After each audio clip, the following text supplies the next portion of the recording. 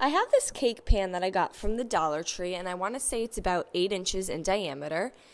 And I'm going to start by taking my Wise Owl Stain Eliminating Primer in the color white, and I want to prime the entire thing. I'm going to start with the outside of the cake pan. That's going to dry, so I just wrap my paintbrush in some saran wrap, and then when it's dry so I could flip it over, I'm going to then paint the inside and the rim of the cake pan. And I want that to dry before moving to the next step.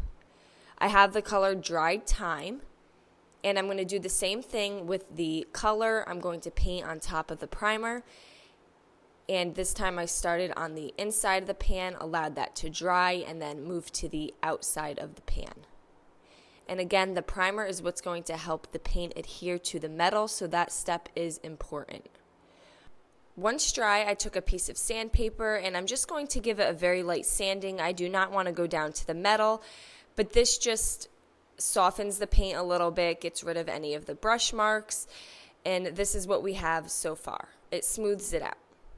I have some furniture salve. I'm going to use the lemon verbena and my 2-inch palm brush, and I'm just going to apply my top coat of furniture salve throughout the pan. Now, we do have unscented, which is a food grade option as well. And then I just rub in the excess with a piece of paper towel.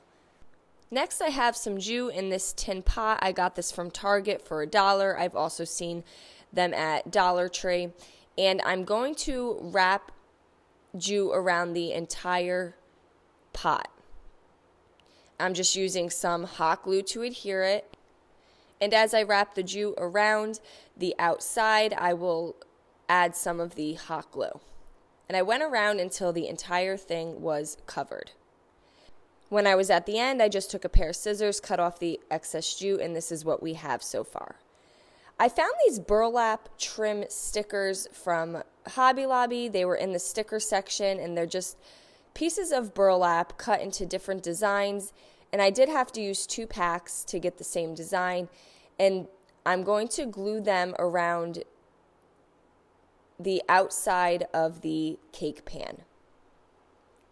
And I'm just adhering that with some of the hot glue. Now, any area that you apply the furniture salve, you want to make sure you rub that in really, really well before applying the hot glue, or it just will not adhere. And then I took my second one and continued to go around the outside of the cake pan. Now, I did have a little space in the front, which is fine because we are going to fill that in, but I just thought that burlap trim was really pretty. I had an unfinished circle that I hot glued into the center of my pan. It's just a wood circle. You can also use some E6000. And then I glued the pot that we wrapped the burlap around onto that wood circle. Now you can see there's some white still exposed, so I just went back and I just filled in that little area at the top here to make it look complete with the jute. So this is what we have so far. I have a pre-made bow that I'm just going to glue to the front. You can make your own in any color of your choice. I like the black and white. And then I'm going to glue a sunflower in the center. And there we go. Now we have this very easy, inexpensive farmhouse riser. I hope you guys enjoyed this video. Paint products, tissue paper, transfers, and mesh stencils can all be found on our webpage at chalkitupfancy.com.